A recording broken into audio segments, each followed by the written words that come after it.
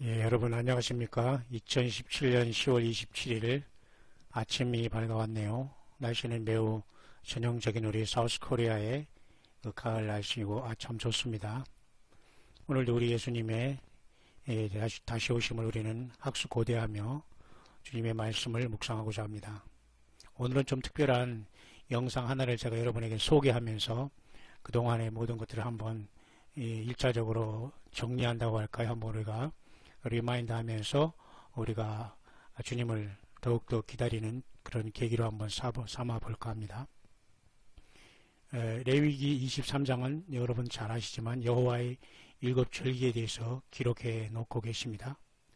이 여호와 일곱 절기에 대해서 우리는 이미 이제 한 번은 우리가 이번 절기를 통해서 우리가 9월 10월을 지나면서 우리가 모든 걸 한번 이렇게 여러분과 저는 같이 얘기를 떠나왔습니다. 구경자가 아니라 그 깊이 하나님의 절기 속에 와서 우리가 예수님의 그 모든 일곱 절기를 다 완성하신 분이라는 것을 우리는 알았고 기다리고 깨어있게 되었습니다. 그래서 우리는 사실 깨어난 자 예수님을 기다리는 그런 부류에 우리는 전 세계에서 지금 흩어져서 주님을 기다리고 있는데요. 그래서 그 마지막 그 7월 15일은 초막절인 여호와를 위하여 7일 동안 지킬 것이라, 이것이 우리가 올해 그 10월 13일 날 지지난주에 다 끝났습니다만은 제가 소개하는 영상 하나는 9월 23일 날 이제 우리가 그 하늘의 영상이 하늘의 그 계시록 12장에 사인이 있다고 다 모두가 믿어왔지 않습니까? 근데 지금은 그거에 대해서 아무런 연결된 어떤 답을 주지 않고 저마다 각각 흩어져서 자기들만이 날짜를 계산하는 이러한 시간이 되고 말았습니다. 자, 과연 그것이 옳을까요? 레위기 23장에서 오늘은 잠깐 여러분 레위기 12장으로 한번 돌아가 보겠습니다. 그래서 이 모든 절기는 그대로 하나님의 절기대로 이루어가고 있으면서 동시에 모든 것을 마침표를 이렇게 찍을 수 있지 않나라고 보는 겁니다. 그러나 그날이 꼭 휴거날이다 아니다는 것을 보는 것이 아니라 그만큼 우리가 하나님의 카이루스의 시간이 굉장히 우리 앞에 가까이 있다는 것을 한번 볼 수 있도록 하겠습니다. 그래서 레위기 12장은 여러분도 잘 아시지만 하나님께서 여자가 남자를 낳으면 7일 동안 부정하고 8일에는 그 할례를 행할 것이요 33일이 지나야지만 그 산열이 깨끗하게 될 것이니까 그 전에는 아무것도 그 만지거나 성소에 들어가지도 못하겠습니다. 성소에 들어가지 못하겠죠. 잘 기억하시기 바랍니다. 우리가 이것을 주님의 몸된 교회와 하늘에 있는 주님의 보좌, 우리 하나님이 계신 그 주님을 만나러 가는 하늘 성소를 우리가 생각해야 됩니다. 그 다음에 여자가 만약 남자를 낳아도 똑같이 7일 동안 부정한 건 똑같고요. 아니죠. 여자를 낳아도 똑같죠. 그러나 여자를 낳을 경우에는 남자는 33일이 지나야지만 산일이 깨끗하게 됐지만 여자는 한 배가 더 된 2배인 66일이 돼야지만 그 산열이 깨끗하게 된다겠습니다. 33일, 66일 굉장히 이거에도 하나님 어떤 의미가 있을 것입니다. 여자를 무슨 비하하거나 이런 개념은 절대 아니지만 남자는 33일, 여자는 66일이 지나야지만 그 자녀를 낳은 그 산모가 산열이 깨끗해진다라고 했고요. 그 기간이 차면은 여인은 번제를 위하여 1년 된 어린 양을 취하면서 속죄제를 위하여 집비둘기 새끼나 산비둘기를 취하여 회막문 제사장에 가져가라고 했죠. 번제를 위하여 1년 된 어린 양, 막 예수 그리스도죠. 그 다음에 여기 그 제사장에 간다. 이것을 한번 우리가 전체적으로 성령께서 우리 교회를 2000년 동안 잉태하시면서 우리 철장권세 받은 첫 열매들을 낳은 그 모습에서 한번 이 한 여인이 비유된 교회의 예수님의 그 몸된 그죠? 철장권세 받은 첫 아들들이 하늘 보좌 그 소환에 이걸 맞춰서 한번 우리가 이 시간 한번 잠깐 볼 수 있도록 하겠습니다. 그런 다음에 33일이 지난 다음에는 산일이 깨끗해지리라. 이는 자녀간 생산한 여인에게 대한 규례니라. 이런 말씀을 통해서 제가 잠깐 영상을 한번 보면서 정리할 수 있도록 하겠습니다. 날짜 계산하는 것이 아니라 이 사람은 하나님의 절기보다는 이러한 여인이 9월 23일 날 잉태가 됐고 하늘의 그 계시록 12장 말씀대로요. 그것이 이제 이 레위기 12장에 여자가 아들을 낳은 것을 이제 비유 삼아서 우리 교회가 탄생해서 하늘 성소에 가는 것을 이제 이 사람을 말하고 있는 것입니다. 그래서 제가 여러분에게 소개를 해드리는 겁니다. 그래서 요한계시록 12장에 이렇게 여자가 아들을 낳기 때문에 역시 33일이 그죠? 경도가 깨끗해야 하는 시간이 필요하다는 것이죠. 그것을 가지고 이렇게 한번 풀었습니다. 한번 보시죠. 자, 끝이 가까워오고 있습니다. 그러니까 요한계시록 연구 그 모임에서 이렇게 사역에서 이것을 제공하고 있습니다. 조금 제가 빨리 이것을 돌릴 수 있도록 하겠습니다. 자, 우리 예수님에게 모든 것을 집중하시기 바랍니다. 예수님 외에는 어떤 것도 우리가 집중해서는 우리가 실패할 수밖에 없습니다. 분명히 미가엘 천사장이 내려와서 모든 용과 사탄, 악한 영을 이 땅으로 내어 쫓을 것입니다. 레위기 12장입니다. 이 사람은 계산을 이때부터 해가지고 41일을 이제 계산했는데요. 처음 일주간은 이제는 바로 이제 9월 30일 날, 조금 빠르네요. 9월 30일 날 그죠? 이번에 뭐가 있었습니까? 속죄절 있었지 않습니까? 그 속죄절을 기한으로 한번 이것을 계산해 보는 겁니다. 레위기 12장을 이분이 얘기하고 있죠. 이스라엘 자손에게 말하라. 만약 여인이 아들을 낳으면 아들이 7일 동안 그 사람을 부정할 것이요. 여인은 그때가 33일 지날 동안 성소나 어떤 것을 만지지 말라, 이렇게 하나님의 명령을 내셨죠.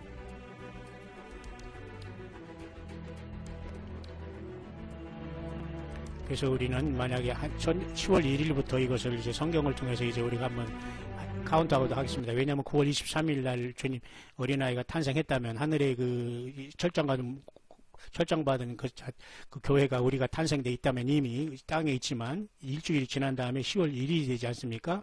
그죠? 9월 23일 날 그 하늘에 그 사인이 이루어진 걸로 보면 말이죠. 많은 사람이 아무 일이 없다고 하지만 자, 이때부터 계산을 해볼 수 있도록 하겠습니다. 그래서 8일째 대해서는 이제 할례를 행하라, 그 말입니다. 자, 하늘에 이런 사인이 9월 23일 이루어진 거를 이거 그대로 이루어진 걸로 보고요. 그렇다면 우리가 33일 동안 이제 깨끗해진 시간이 필요하겠죠. 9월 23일 날 정말 하늘에 사인대로 우리들이 태어난 것이란 말이죠.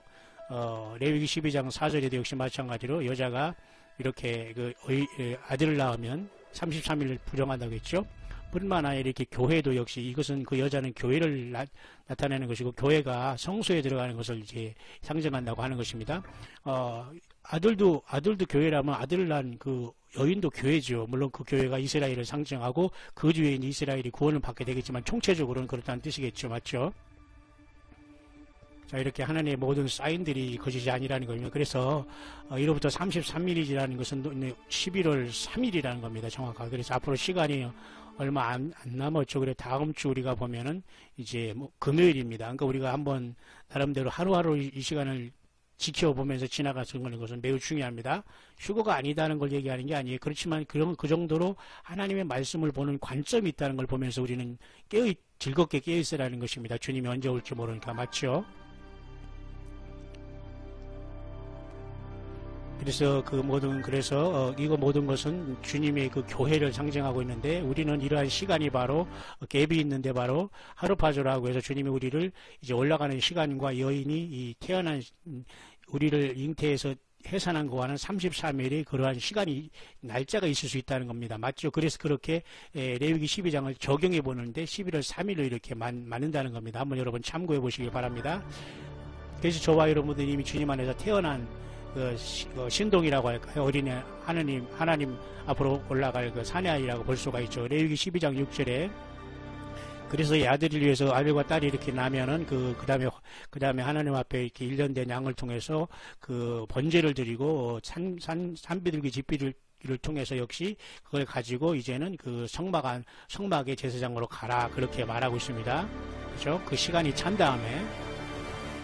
그렇기 때문에 그것을 여기 이제 9월 23일 날 우리가 태어난 걸 보면서 적용하는 겁니다. 그럼 우리가 1년된 양은 누굽니까? 바로 예수 그리스도입니다. 예수님의 피를 의지해서 끝까지 나아가야지만 우리는 승리할 수 있다는 겁니다. 맞죠? 끝까지 우리가 예수님을 붙잡고 새 예루살렘 성에 지성소로 나아가는 자가 되기를 바랍니다.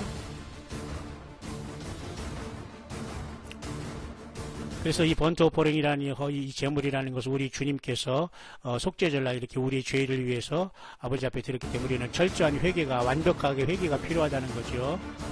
맞습니까, 여러분? 우리 예수님이 겟세마네 동산에서 저와 여러분 때문에 고통하고 있습니다. 아버지를 향해서 눈물 뿌려 기도하고 있습니다.